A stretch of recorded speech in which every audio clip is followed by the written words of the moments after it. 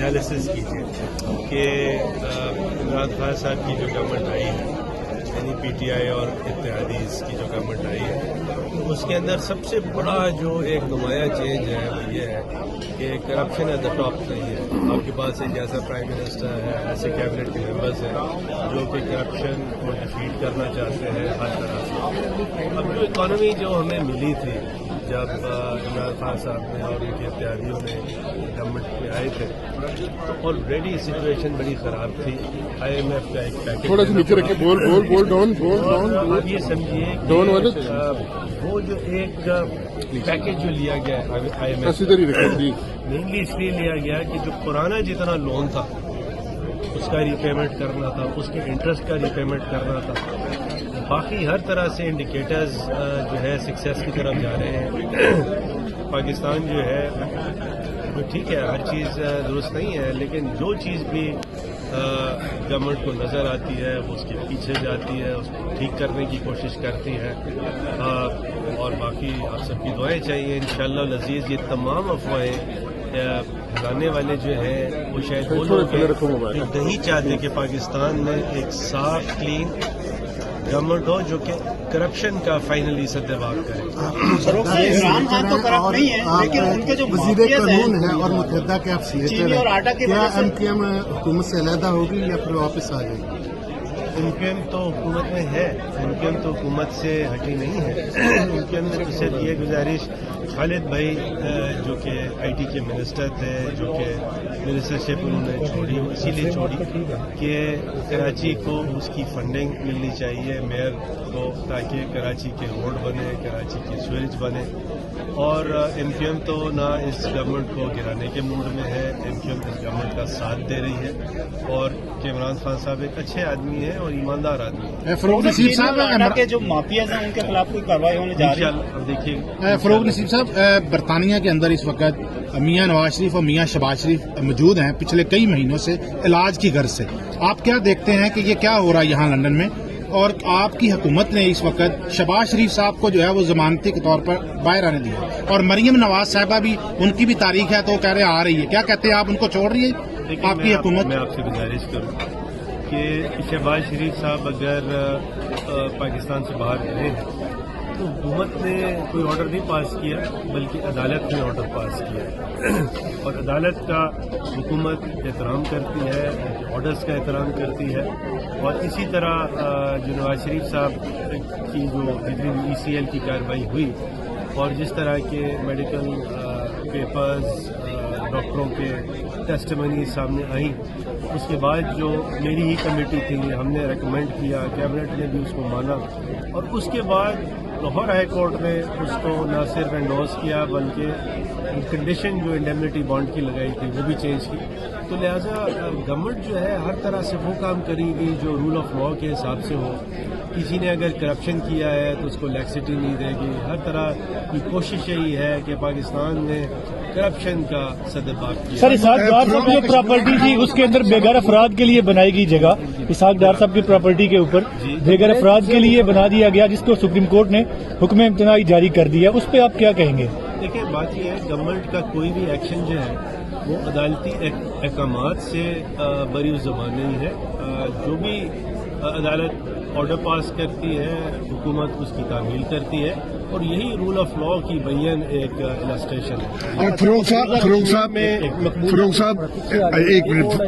صاحب اس وقت پورے پاکستان میں رد عمل آ رہا ہے پھانسی کی سزاؤں پہ, اس میں پی ٹی آئی کے لوگ جو ہیں وہ بھی کافی خوش دکھائی دے رہے ہیں لیکن آپ نے اس کی مخالفت کی ہے, اس کی کیا وجوہات ہو سکتی ہیں؟ آپ نے بہت اچھا سوال کیا ہے تاکہ میں جو صحیح چیز ہے بیان تو کروں آپ کے سامنے.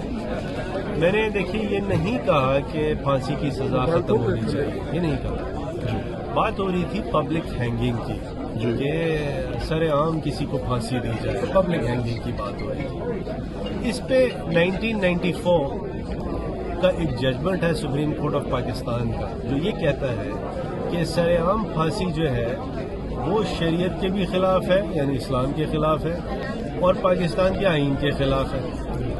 میں نے یہ کہا کہ میں ایسا کوئی قانون نہیں بناؤں گا جو کہ شریعت کے خلاف ہو, جو کہ آئین کے خلاف ہو اور جو کہ سپریم کورٹ کی ججمنٹ کے خلاف ہے. اگر کوئی مجھ سے اگری نہیں کرتا وہ سپریم کورٹ میں جائے اور یہ 94 کا ججمنٹ ریویو کروا لے. جب تک وہ ججمنٹ ریویو نہیں ہوتا وہ ججمنٹ لینڈ ہے اور وہ ججمنٹ آرٹیکل 189 ہے کانسٹیٹیوشن کا, اس کے تحت بائنڈنگ ہے.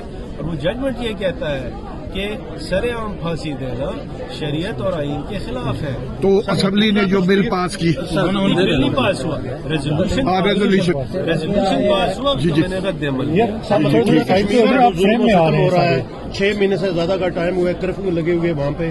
پاکستان کی حکومت جو ہے جس میں آپ منسٹر ہیں, کیا آپ انٹرنیشنل یہ مقدمہ لے کر جانا چاہیں گے؟ اور دوسرا سر ایک خبر آپ کے ریلیٹڈ ہے کہ آپ نے کوئی سمری پیش کی تھی کیبنٹ کے اجلاس میں سوشل میڈیا کو کنٹرول کرنے کے لیے. پیچھے ہو جاؤ. دوسرے والے کا جواب میں پہلے دوں.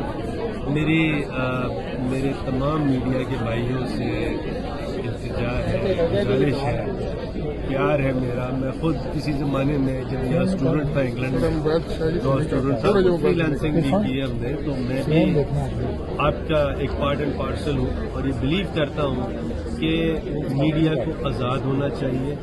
میڈیا میں صرف 2 ایکسیپشنز ہونے چاہیے. ایک تو نیشنل سیکیورٹی کو ضرور دیکھیں اور دوسری میرے بھائی فیک نیوز نہیں ہونی چاہیے.